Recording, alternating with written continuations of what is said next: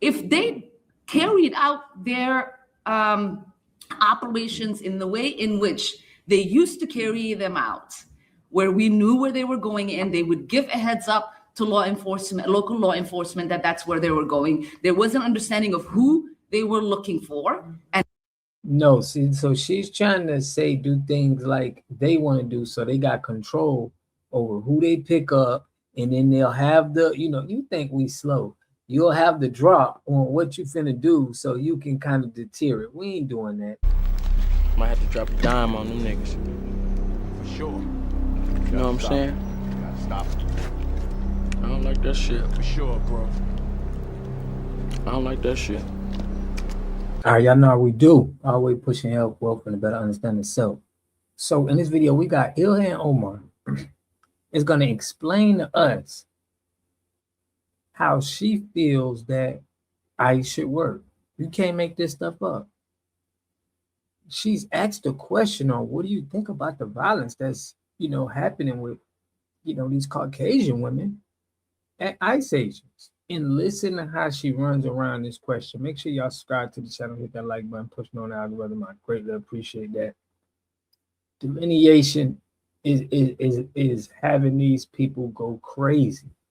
But check this out, man. I want to know what y'all think. I'm gonna get y'all my commentary. Let's get it. Representative Omar and Representative Morrison, two questions. One, I've spoken to some people that were detained here in Minnesota that are undocumented that are now in an El Paso facility, and they say that someone told them that no Minnesota detainees are allowed visitors. I'm wondering if you guys have spoken with anyone that has been detained there and if you're working to try to get them to be able to get visitors. And then my second question is, we have seen protests be peaceful, but MPD did say on Wednesday night that there were rocks and ice thrown at officers as well as fireworks. I'm wondering if you have anything to say to those protesters who were doing unlawful acts. Right.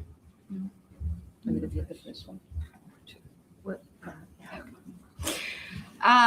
So last night at dinner, and in the last few weeks, we've certainly heard in cases where people have been picked up, many of them who had lawful status in this country. We've heard a Sudanese immigrant who went in for his scheduled green card appointment. Now she's running around from the question. That's not what she asked you. She asked you specific. And was told that he wouldn't have his interview, and was picked up, sent to Texas. Our office has tried to get information about his whereabouts. I know that Senator Tina Smith's office has tried to get information on his whereabouts. We also know that his family has tried to have lawyers get information on his whereabouts. We also know about a grandmother who was picked up as she was driving her grandchildren. The grandchildren were left in the car without a driver as the grandmother was taken away. We still don't have information. So I can go on and on in many of these cases, and I still have not heard a single case in this search where someone who was a criminal, undocumented, being picked up from the street. Many of the cases that DHS, at least to my knowledge, and I would love for them to provide us the dates in which they were picked up and from where in our communities, or what operation produced some of these people that they are putting forth, saying, they've taken off the hardened criminals off the street, because it is my understanding that many of those people were already adjudicated, already serving prison sentences, and many of them are still serving their prison sentences in many of the prisons throughout the state, and they're just taking their mugshots and submitting the charges of what they've been convicted of as a proof of the people that they're picking up. So I would love more accuracy of information, as they say they're the most transparent administration, which is the biggest lie told on American soil, I believe. It is the least transparent. It is the most corrupt. It is the one administration I have seen lie to us, even though we have an accurate documentation of their lives, even if we are witnesses to the lies. And then I would say, lastly, to your point, this again is one of those operations where they say they were carrying out an operation, and then we hear from Minneapolis Police Department say they just raced a random guy in the middle of the street. She keeps deflecting and she's not answering the question about the YT women. We just had one in Jacksonville, Florida, kick and swing at the officer. Okay, we seen what Renee Good was doing. Okay, it's just like, why don't you voice and have these YT women stand down? Why are you having them attacking ICE and throwing stuff at ICE? This is what the lady is saying, and she just ran around that whole question. Into his home and then ended up shooting him. And there, was someone who was pregnant. And then there was tear gassing being thrown into a car where a man talked about having 6 of his children in the car, where a 6-month-old was tear gassed and was hospitalized. So when we think about where the chaos is coming from, who is creating these violent environments, those are ICE agents. That's Border Patrol.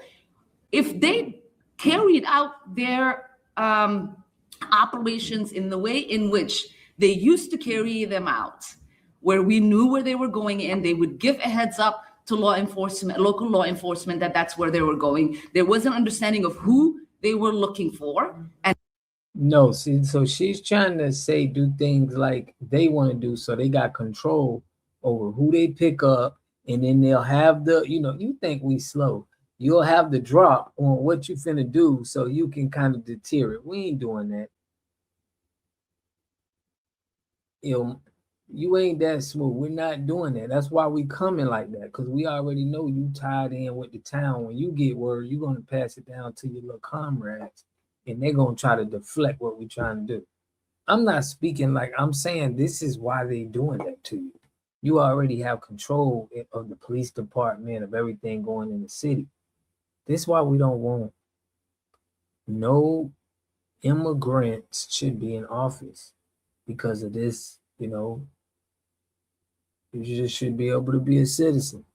But this is just treason, in my opinion. You know what y'all think? Instead of storming a whole neighborhood, jumping out of cars, running up on people with massive guns drawn. Listen, your country is different. We don't need you speaking on this. We don't know what's going on there, but it is a lot of fraud they seen. We didn't have this much when they was running down on our Black community with the war on drugs and pulling people over for marijuana.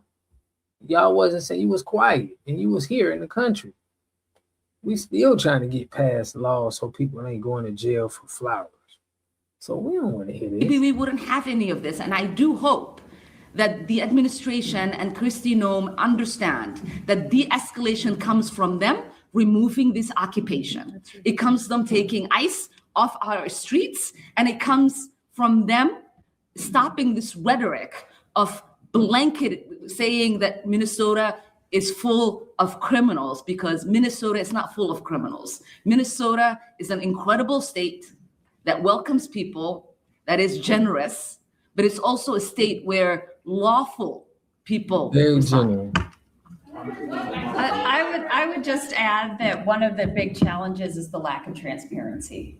We have heard reports that people are being brought to Whipple and immediately placed on a plane to Texas, to Louisiana. We don't know their names. We don't know where they're going. So we're hearing reports of that, but we're getting no transparency. When we went in to try to perform our constitutional duty of oversight and our legal right, I would add too, when we were denied, I made a personal plea to the ICE officers there. I said, Minnesota has been through a series of tragedies. We suffered the loss of Melissa Hortman and her husband, Mark. That was incredibly traumatic for our state. We then suffered through the Annunciation Catholic School shooting. What we need, and we had cooperation between federal agencies and local law enforcement for both of those tragedies. And now we have no transparency, no cooperation. I said, allowing us in, letting us do oversight, and being able to report back to Minnesota will do a lot to bring down the temperature. And they As y'all see, they got the YT woman on board crashing out. Okay, whether it's in policies, it's on the streets, physical, kicking. It's like they've got them convinced that they're going to be the soldiers with boots on the ground, being physical with the ice agents. Can't make this stuff up, man. But definitely what Ilhan Omar is saying, she want to be notified when they come to her town so she can let the whole gang know what's going on. He ain't slick. He not slick. Let me know what y'all think in the comment section, man. I'll catch y'all in the next video. Peace and love. To have a community, you must have three things to have a community in it.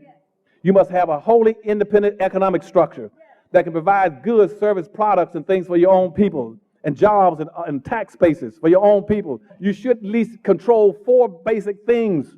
You should be trying to control water, food, medicine, and energy to be able to survive and compete. Here we got Mr. Pollock. He had a cornfield.